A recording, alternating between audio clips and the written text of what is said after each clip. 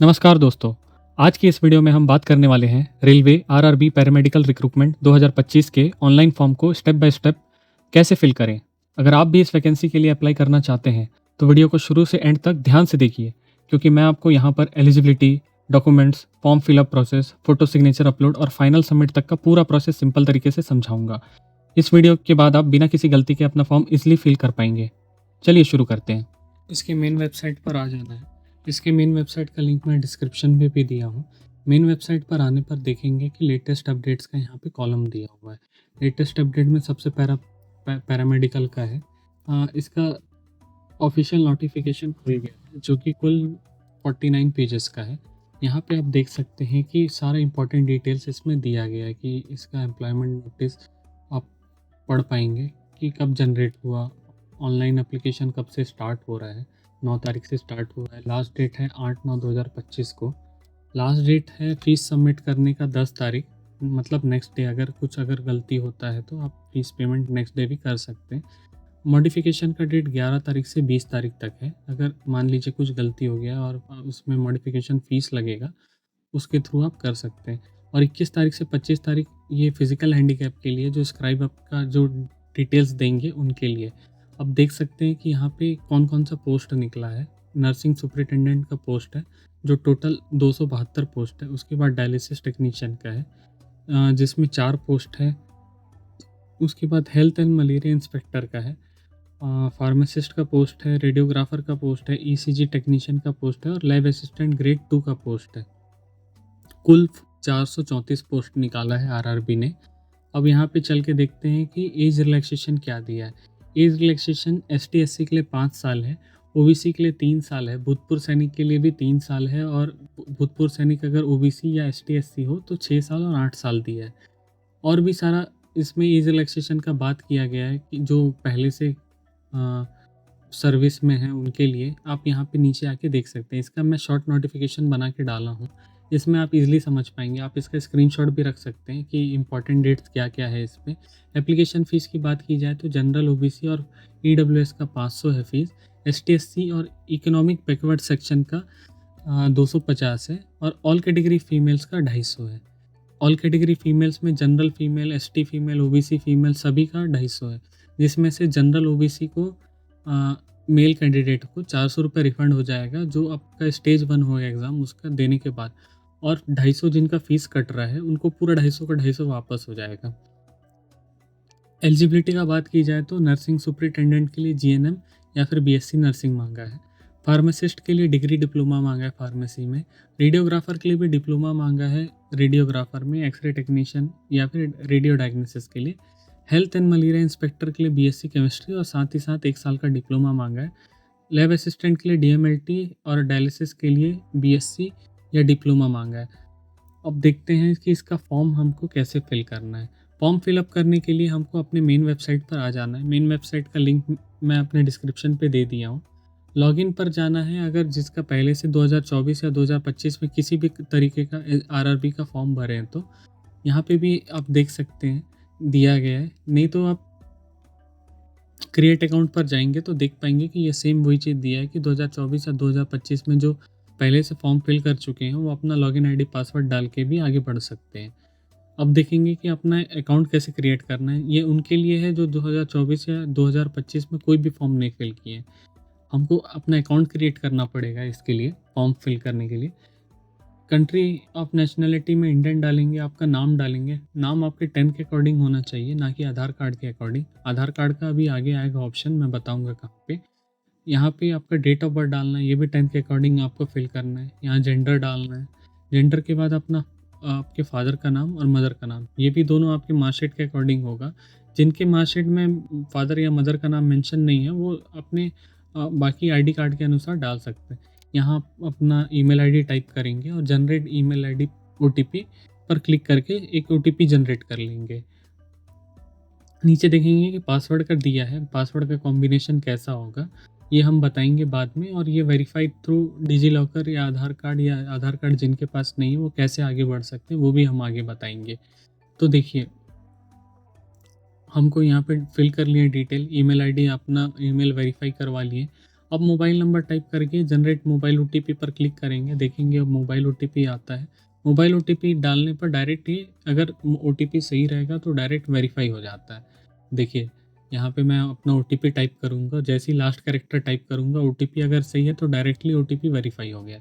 अब यहाँ 3 चीज़ का मैं नीचे जो verify through DigiLocker, verify through Aadhaar card और I don't have Aadhaar card का मतलब मैं समझाता हूँ। आरआरबी या फिर किसी भी तरीके का सेंट्रल गवर्नमेंट का जो फॉर्म है वो आपके आधार कार्ड के थ्रू लिंक होते जा रहा है। हर चीज़ आधार कार्ड के थ्रू लिंक हो रहा है। वैसे ये फॉर्म भी है कि आपका ई-केवाईसी या डायरेक्ट जो आप फॉर्म भरेंगे ये सारा चीज़ आपका आधार कार्ड से लिंक हो रहा है। तो इसलिए ये आधार कार्ड से एक्सेस मांग रहा है कि आपका डिटेल वहाँ से एक्सेस कर पाए। आपका फ़ोटो, नाम, gender, date of birth, address ये सब आपका आधार कार्ड के थ्रू एक्सेस कर पाए। इसलिए ये आधार कार्ड लिंक करने बोल रहा है। अब बीच वाला ऑप्शन देखिए, सबसे इजी मेथड था जो कि वेरीफाई थ्रू आधार कार्ड। आधार नंबर हमने डाला, आधार ओटीपी जनरेट किया, आधार ओटीपी ले नहीं रहा है, आधार सर्वर रेस्पॉन्ड नहीं कर रहा है। इस वजह से हम 1-2 बार मल्टीपल ट्राई करके देख सकते हैं। आधार अगर रेस्पॉन्ड नहीं करेगा तो डिजिलॉकर या फिर आई डोंट हैव आधार कार्ड की मदद से भी हम आगे बढ़ के देख सकते हैं। यहाँ पे देखिए ऐसा है कि आप सुबह ट्राई कीजिए या लेट नाइट पर ट्राई कीजिए, इस टाइप का ऑप्शन बात आ जाता है अगर आधार कार्ड के साथ है लिंक तो हम देखिए आधार कार्ड डिजिलॉकर के थ्रू आगे बढ़ते हैं। वेरीफाई हमने क्लिक किया, कंसेंट दिया, वेरीफाई पर क्लिक किया। उसके बाद यहाँ पे अपना आधार नंबर टाइप कर लेना है और नीचे कैप्चा कोड डाल के नेक्स्ट पर क्लिक करना है। देखिए मैंने डाल लिया है, अब नेक्स्ट पर क्लिक करूँगा तो यहाँ पे आएगा हमारा ओटीपी। हमारा जो रजिस्टर्ड मोबाइल नंबर है आधार कार्ड के साथ जो लिंक है उसमें ओटीपी आएगा। ओटीपी डालकर कंटिन्यू करना है। कंटिन्यू करने के बाद यहाँ पे देखिए मांगेगा हमसे 6 डिजिट का डिजिलॉकर सिक्योरिटी पिन। ये वो पिन है जो डिजिलॉकर ओपन करने के लिए लगता है। अगर आपके पास नहीं है तो फॉरगॉट सिक्योरिटी पिन पर जाके कंटिन्यू कर लें, या फिर पहले अगर आप रजिस्टर हैं तो आप बनाए होंगे तो भी, अगर नहीं बनाए हैं तो भी आप ये फॉरगॉट रजिस्ट्रेशन पर जाके, फॉरगॉट सिक्योरिटी पिन पर जाके आप आगे बढ़ सकते हैं। यहाँ पे हमको कंसेंट देना है कि हम क्या-क्या डॉक्यूमेंट एक्सेस देंगे। तो यहाँ पे देखिए जो उनको ज़रूरी लगेगा वो तो ऑटोमेटिक टिक रहेगा, और भी अगर हमको एक्सेस देना है तो हम सेलेक्ट ऑल पर टिक करके हम सारा एक्सेस दे सकते हैं आरआरबी को, जैसे कि मैंने किया है। सारा एक्सेस आप दे देंगे। एक्सेस देने के बाद हम देखेंगे अलाउ पर क्लिक करेंगे। अलाउ पर क्लिक करने के बाद ये डिजिलॉकर के साथ लिंक हो रहा है, ये एक्सेस ले रहा है हमारा आरआरबी, और ये दोनों एक दूसरे पे लिंक हो रहा है। लिंक होने पर सेम वही वेबसाइट पर आ जाएगा जिस पे हमने रजिस्टर कर रहा था स्टार्टिंग पे। अब यहाँ पे देखिए आपका सारा डिटेल ऊपर फिल हो चुका है। यहाँ पे देखिए मोबाइल नंबर भी वेरीफाई हो गया। यहाँ पे आधार कार्ड आपके आधार कार्ड के अनुसार आ गया, नाम आपका डेट ऑफ बर्थ यहाँ राइट पे दिखाते रहेगा, और आपका जो जेंडर है वो, और आधार कार्ड का फ़ोटो वहाँ पे दिखाते रहेगा। यहाँ पे आपको पासवर्ड डाल लेना है। पासवर्ड का कॉम्बिनेशन दिया है कि कैपिटल लेटर होना चाहिए, स्मॉल लेटर होना चाहिए, स्पेशल कैरेक्टर होना चाहिए, साथ में नंबर होना चाहिए। तो यहाँ पे देखिए हमने सारा कॉम्बिनेशन किया है, जैसे कि आई कैपिटल है, NDI ये छोटा है, उसके बाद @ स्पेशल कैरेक्टर में आता है, उसके बाद 1 2 3 नंबर में आता है।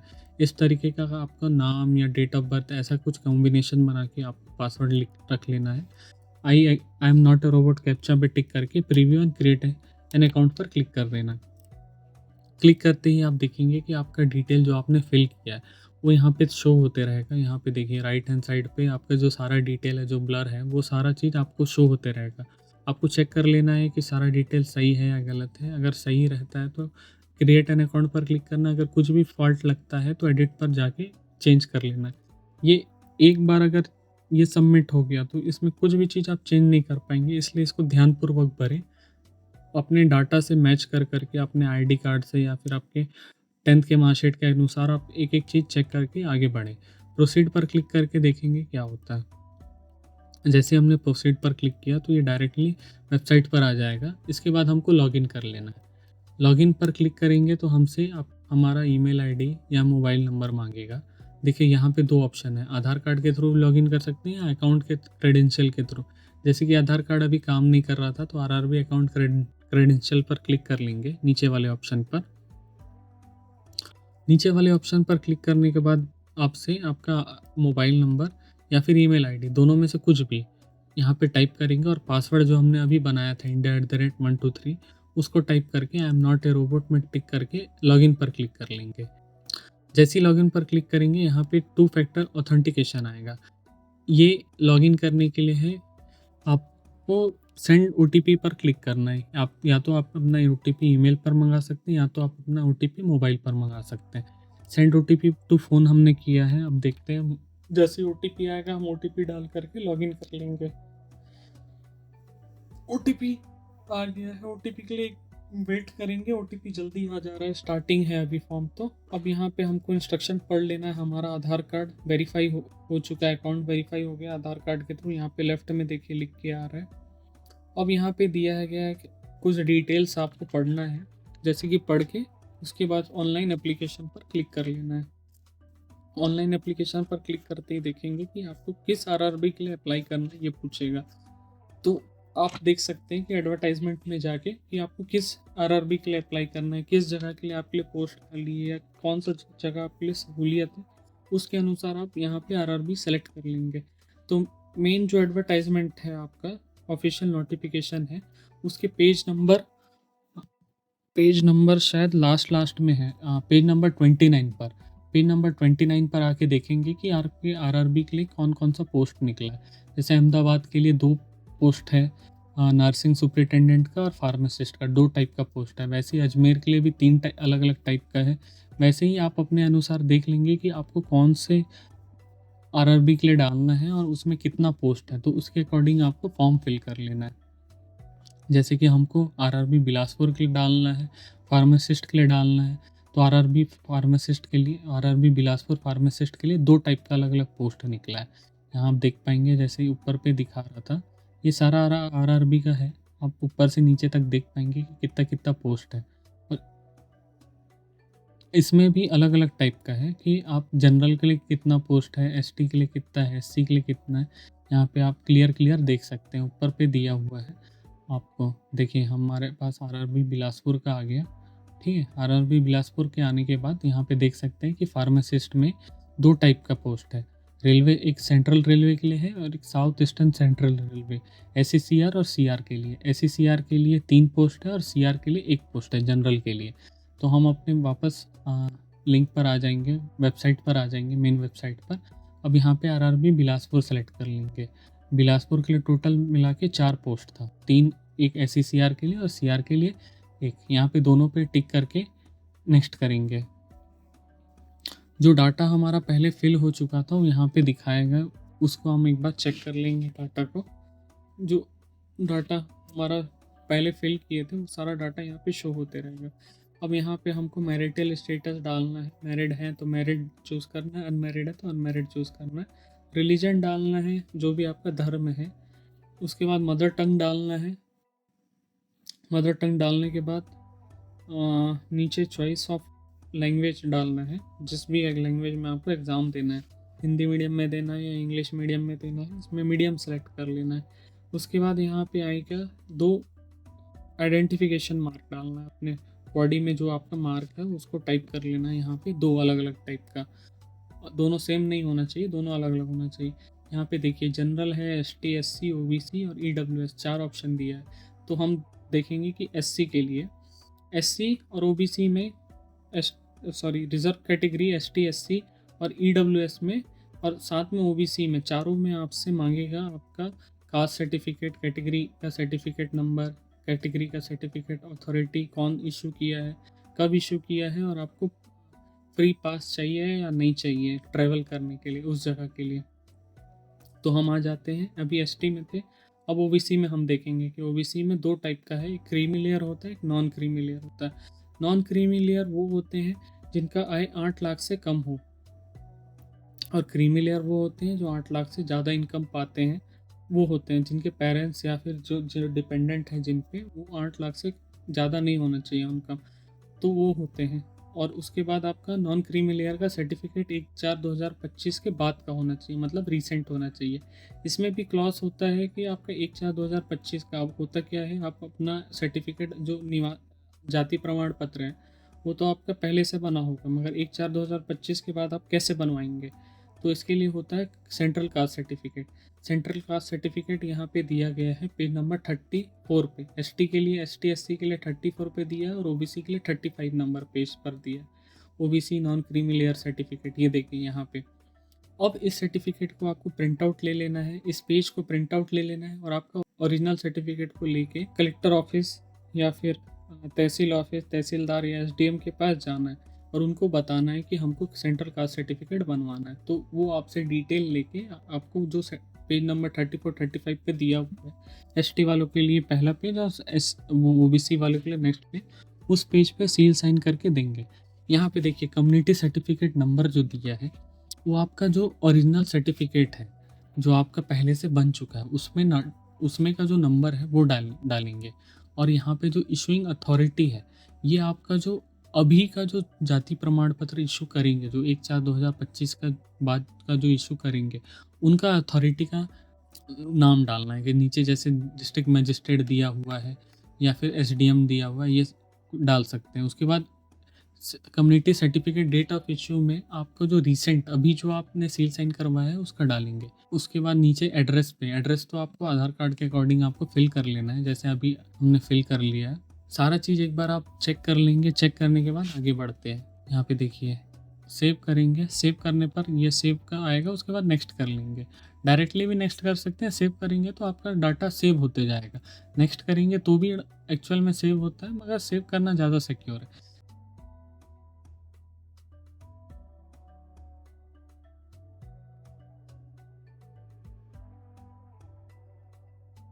सेव करके नेक्स्ट करेंगे तो उसके बाद देखेंगे एक्स सर्विस मैन, डिसेबिलिटी या इकोनॉमिक बैकवर्ड सेक्शन का ऑप्शन खुल जाएगा आपके लिए। भूतपूर्व सैनिक है तो यस करेंगे, नहीं है तो नो करेंगे। विकलांग है तो यस नो। वैसे ही आपको फीस कंसेशन चाहिए तो यस नो करके, उसके बाद एम्प्लॉई हैं रेलवे के तो यस करेंगे, नहीं है तो नो करेंगे। यहाँ पे देखिए लास्ट ऑप्शन दिया है बैंक का जो रिफंड आपको जिस भी खाते में वापस चाहिए उस खाते का अकाउंट नंबर और आईएफएससी कोड डालना है। यहाँ पे दिया है कि सिर्फ अकाउंट नंबर और आईएफएससी कोड के ही थ्रू रिफंड होता है, ना कि उसमें कोई नाम ज़रूरी है, इस टाइप का कुछ ज़रूरी नहीं है। तो आप अपना या फिर अपने बिलोंगिंग्स का या फिर अपने पेरेंट्स का किसी का भी अकाउंट नंबर दे सकते हैं जिसमें आपको रिफ़ंड चाहिए। आप अगर कहीं और से भी फिल करवा रहे हैं, किसी दुकान से फिल करवा रहे हैं या कोई चॉइस सेंटर से फिल करवा रहे हैं, तो भी आप उनसे आप पैसा कटवाइए और वापस रिफ़ंड के लिए आप अपना पेरेंट्स का डिटेल, यहाँ पे पेरेंट्स का फीस अकाउंट डिटेल यहाँ पे टाइप करके सेव करवाइए। यहाँ पे उसी खाता में ही पैसा वापस आएगा। जो 400 और 250 रुपये वापस आने का है, 400 रुपये जनरल के लिए और बाकी कैटेगरी के लिए जो आपको पहले दिया गया था, जैसे मैंने बताया था स्टार्टिंग में कि 250 रुपये एस टी एस सी, 250 रुपये एस टी एस सी के लिए जो रिफ़ंड आएगा, यहाँ पे सेव करके नेक्स्ट कर लेंगे।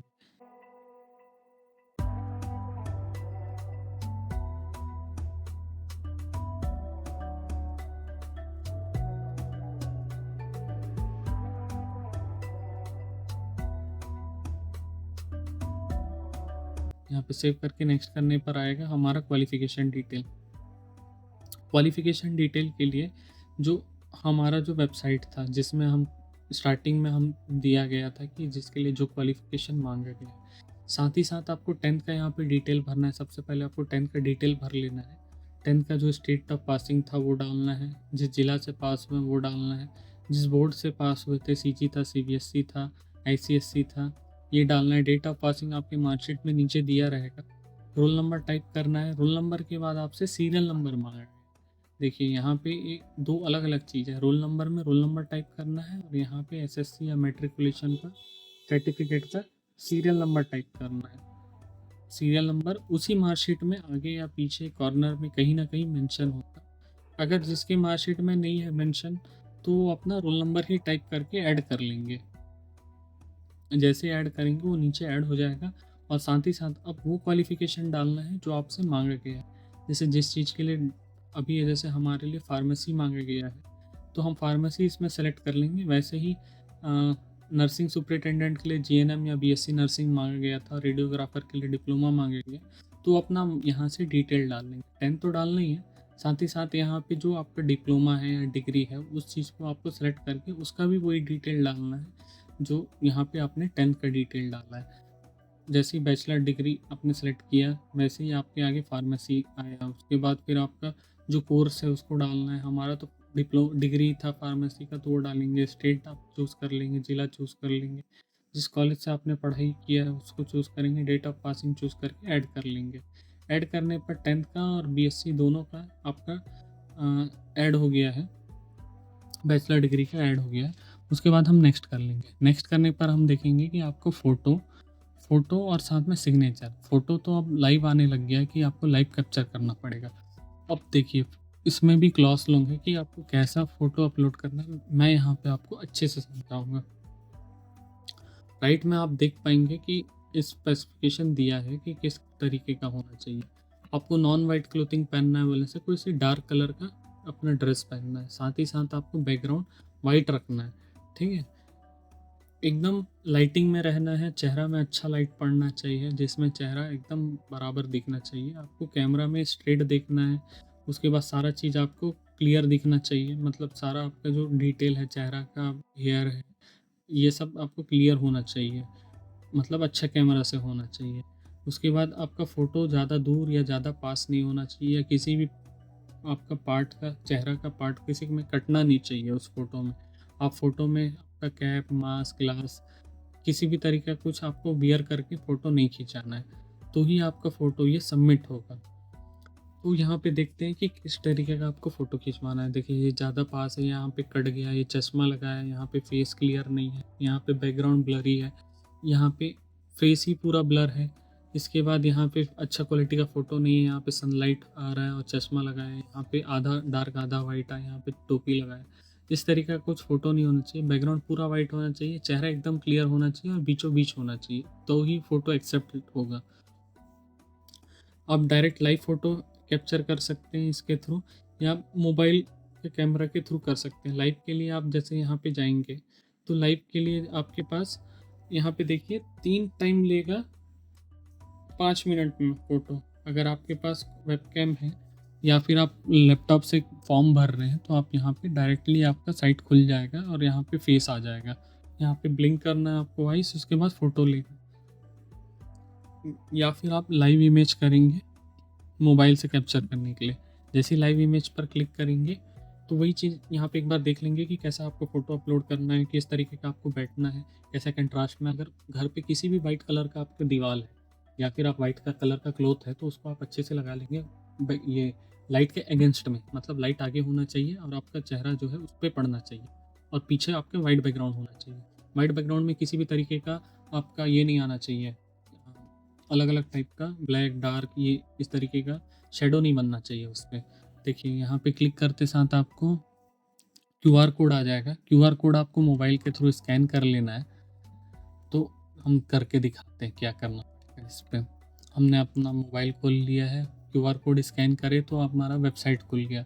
वेबसाइट पे सेम ही है, वही वेबसाइट है। आपको आधार के थ्रू लॉगिन करना चाहते हैं या आरआरबी के अकाउंट के थ्रू, तो आरआरबी के अकाउंट के थ्रू हमने लॉगिन कर लिया है। यहाँ पे देखिए, यहाँ पे लाइव इमेज का ऑप्शन आएगा। लाइव इमेज का ऑप्शन में क्लिक करने पर हमारा कैमरा ओपन हो जाएगा।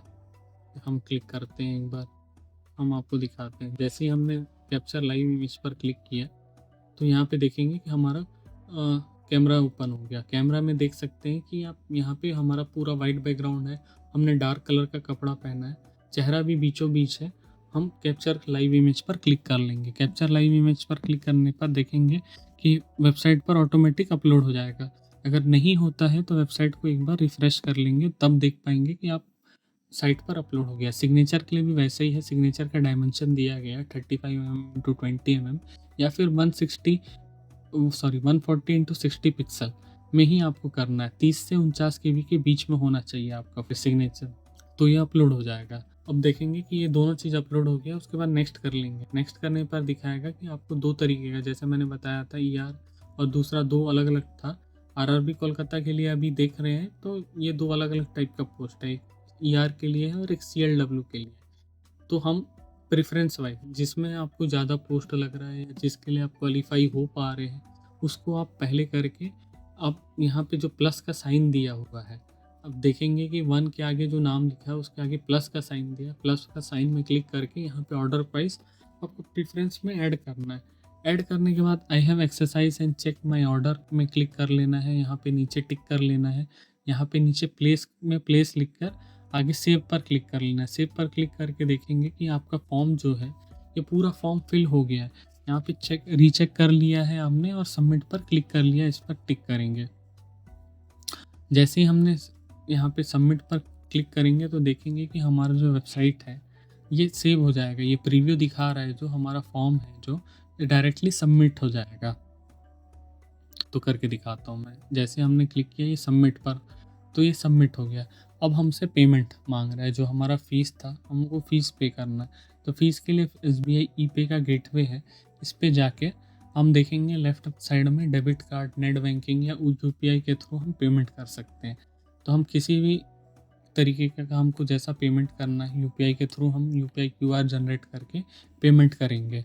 UPI QR पर क्लिक कर लिए, पे नाउ पर क्लिक करेंगे, उसके बाद देखेंगे QR जनरेट हो गया। जैसा हम बाकी पेमेंट करते हैं मोबाइल के थ्रू किसी भी मर्चेंट को या किसी भी दुकान वाले को, वैसे ही आपको मोबाइल का गूगल पे या फ़ोन पे से यहाँ पे पेमेंट कर लेना है।